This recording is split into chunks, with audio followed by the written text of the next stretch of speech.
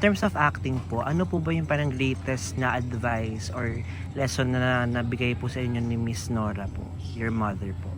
Ang mami naman ang lagi niyang sinasabi, um, lahat ng characters na ibibigay sa'yo, dapat isa puso para mas natural yung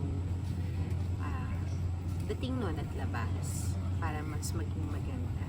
And yun naman ang isa sa mga payo niya that I've always held on to and try to do so, kasi tama naman si mami pagdating doon. And yun, sa lahat ng mga kasama sa trabaho, respeto sa bawat isa, regardless of status, kung director, kung sa production, sa crew, pantay-pantay lang, pakisama ng mabuti at to be professional, maging handa pagdating sa trabaho.